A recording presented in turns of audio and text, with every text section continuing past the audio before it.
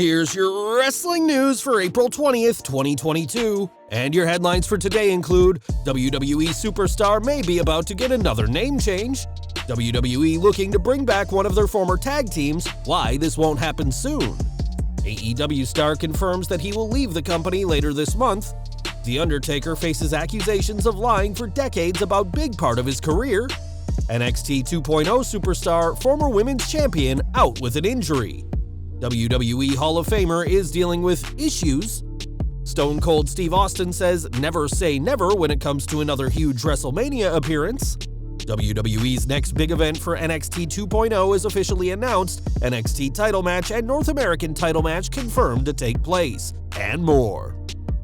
We're kicking off today with Raw, which this week saw the United States title change hands when Theory won the gold from Finn Balor. That isn't the only big change for the young superstar as of late, as he also lost the Austin part of his name due to WWE not wanting anyone to use any part of their real names on WWE TV. Now though, Theory may be on the cusp of another new name for himself in WWE as he gave himself a new moniker after his big win.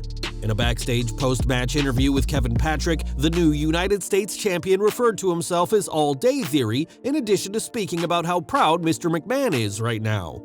Referring to himself as All Day Theory on multiple occasions during the interview, WWE hasn't confirmed that this will be his new name going forward, but whatever he's called, the future looks bright for the new WWE United States Champion. In 2020, WWE parted ways with the Revival after both members of the team made it clear that they wanted to leave the company. Prior to their release, the former Raw, SmackDown, and NXT Tag Team Champions passed on deals worth $850,000 each and have since said that they could have got $1 million offer from the company and they still would have said no. Since then, the pair have been one of the most successful tag teams around, but according to Fightful Select, WWE now wants the top guys back. Of course, there are certain obstacles in the way of WWE's attempts to re-sign the duo, namely that they currently work for AEW and seem to be very happy working for Tony Khan. Now going by FTR, the pair are also both the AAA World Tag Team Champions and Ring of Honor World Tag Team Champions, and would have to lose both titles ahead of returning to WWE. Before letting the Revival leave WWE, Vince McMahon himself pitched for a complete gimmick change, with an embarrassingly bad new attire in the works, but we'll have to see how WWE tries to win over their former superstars. WWE may want FTR back in their company, but even if the tag team wanted to come back, it won't be happening anytime soon. In an update on their original report, it was confirmed that FTR still have over a year left on their current contracts, and AEW has no plans on letting the team go early. WWE is unable to approach FTR directly due to their AEW contracts, but no matter what happens, the team of Cash Wheeler and Dax Harwood are staying with Tony Khan for the time being. FTR may not be looking to leave AEW anytime soon, but the same can't be said for Jack Evans, whose time with the company will soon come to an end. On Twitter, Evans confirmed that his contract with the promotion will not be renewed when it expires at the end of this month, and thanked everyone at AEW and the fans for their support. Evans has competed mostly on Dark since joining AEW in 2019, and is perhaps best known for an ordeal out of the ring when he claimed last year he was being extorted for money by the Mexican police. Evans last appeared for AEW back in February, where he lost on Dark to Wheeler Yuta, and while we don't know where he'll go next, his time with the All Elite promotion will soon be at an end. In wrestling, few names are more respected than The Undertaker, who established himself as one of the greatest of all time throughout his 3 decades with WWE. Facing everyone from Hulk Hogan to AJ Styles, the Phenom had an incredible career, but not everyone is a fan of the Hall of Famer. Speaking on the Two-Man Power Trip of Wrestling podcast, Brett Sawyer called the dead man a liar, as he claimed that The Undertaker has said that Brett's brother Buzz, who trained him, simply took his money and didn't give him any actual training. Brett said, "He's been lying, saying Buzz took his money and ran.